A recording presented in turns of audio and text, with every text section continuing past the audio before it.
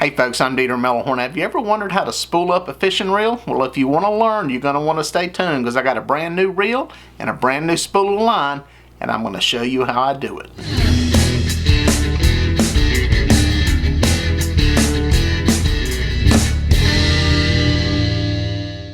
Alright folks, I'll show you my little setup here I got for spooling line. I don't have a commercial line spooler that holds the spool of line and has the reel and all that kind of stuff. I just do this kind of my own little setup here, but I'll show you some points to keep in mind when you're doing it. The first thing you're going to need is something to hold the line. It can be a buddy with a screwdriver, or it can be this little bracket that I've got set up here. One important thing is to put tension on the line, and that's what happens right here. The spool rubs up against this shelf and keeps a lot of tension on the line as it's fed onto the spool, onto the reel. One thing to keep in mind is you need to keep tension on your spool of line that you are putting on. It does not need to just flow on there loosely. The tighter you can put that line onto the reel, the better off you will be, especially if you're putting on braided line. That needs to be put on really tight. What happens, especially with braid, if you don't do that and you put it on very loosely, you're just spinning it on there. When that line gets under pressure, you get a big fish on it, or you get snagged on something, it will dig into the reel, it will dig down into the line, it will bury that braid down into the line. It's a little harder to do with monofilament, but it can happen if you put it on there too loose. Starting with a brand new reel, never had a line on it. When I'm starting with a brand new reel, I usually put a piece of two-way tape on it. That's just to add some resistance because most of these spools are pretty slippery. What I do is get it through the level wind, make sure the level wind is centered up in the spool. That's your best place to start. And I make a little loop into the line, pull it tight. Now some people just tape down the line. I do not, and I will tell you why.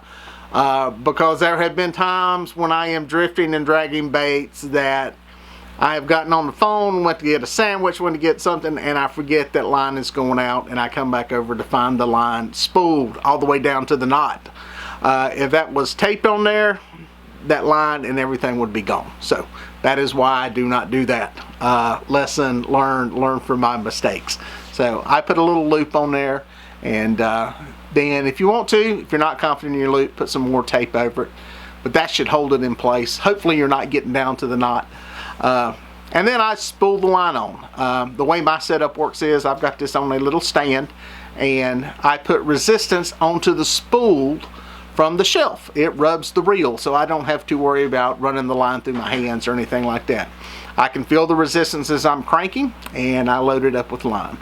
Now what I'm going to do on this one is I'm going to take some of my older line that I'm not using anymore, and I'm going to put that on first as a base. I will put about 1/3 of a spool on there. Load that up with that line. It's some 20-pound Moy line that I'm no longer using. Then I'm going to tie a blood knot, tie together the new Andy line, take the new line that's going to be on the top shot of line, spool it on, and I'm good to go. The reason I do this is so that when it comes time to put new line on the spool, I don't have to strip off every bit of line on there and replace it. We all know that that bottom part of the line seldom ever gets fished. It's a waste to pull all that line off and throw it away if it's never been used.